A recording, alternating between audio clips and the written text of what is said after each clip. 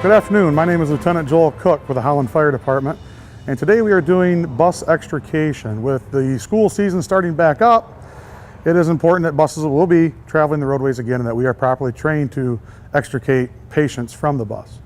We just got done doing a classroom portion where we studied different tactics of how to gain access into a bus like this.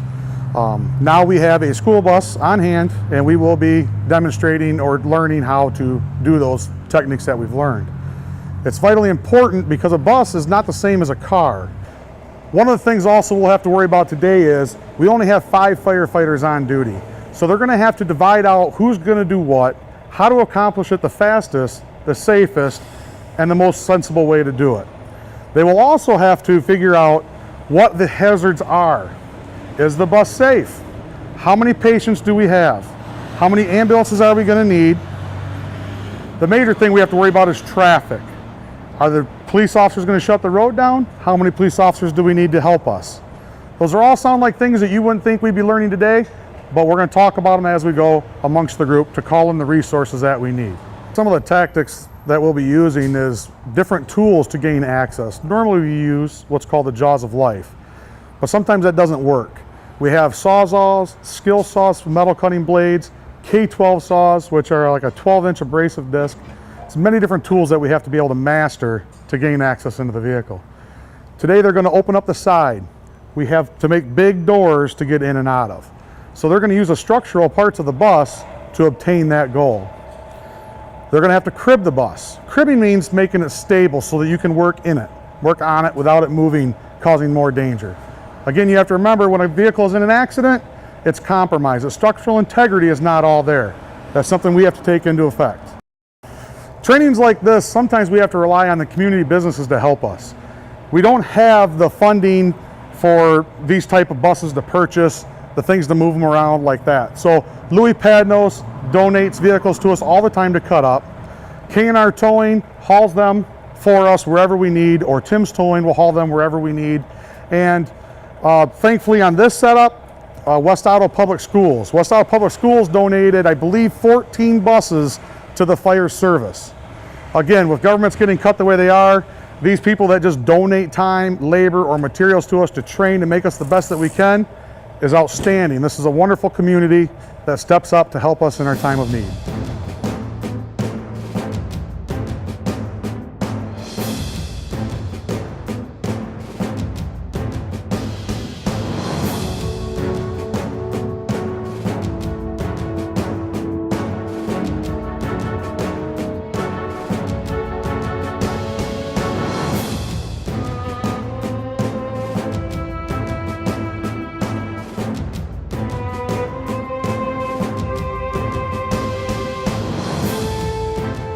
What are some of the concerns with the other tools?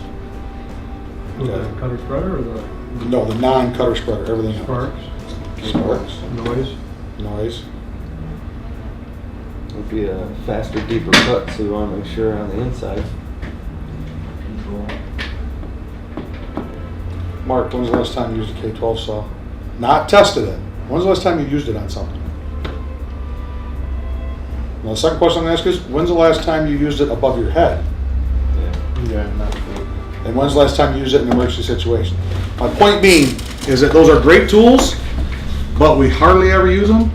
And I can tell you 99% of firefighters out there are not comfortable with them. And when you're not comfortable, what does that make? It makes mistakes. When mistakes happen, what happens? People get hurt, right? So today, that's what today is for. We'll use a cutter and spreader as well, but I'd much rather focus on some of those other tools.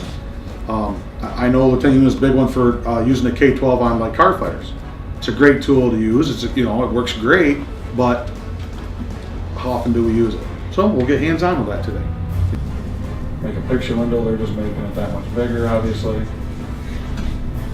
course, they're showing putting some kind of rubber over it or flap over it. If we were handing kids in and out, what can you do here? Somebody take off their turnout jacket and throw it over for now. If we destroy a turnout jacket doing it, that's just a cost of doing business.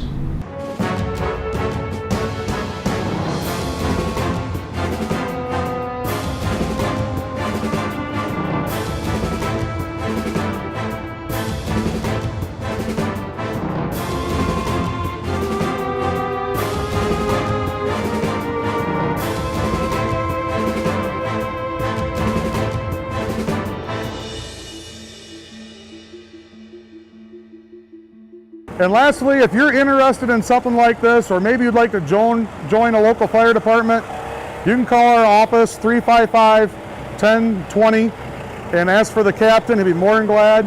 We're always hiring volunteer or part-time people. Or if you have any questions, feel free to call.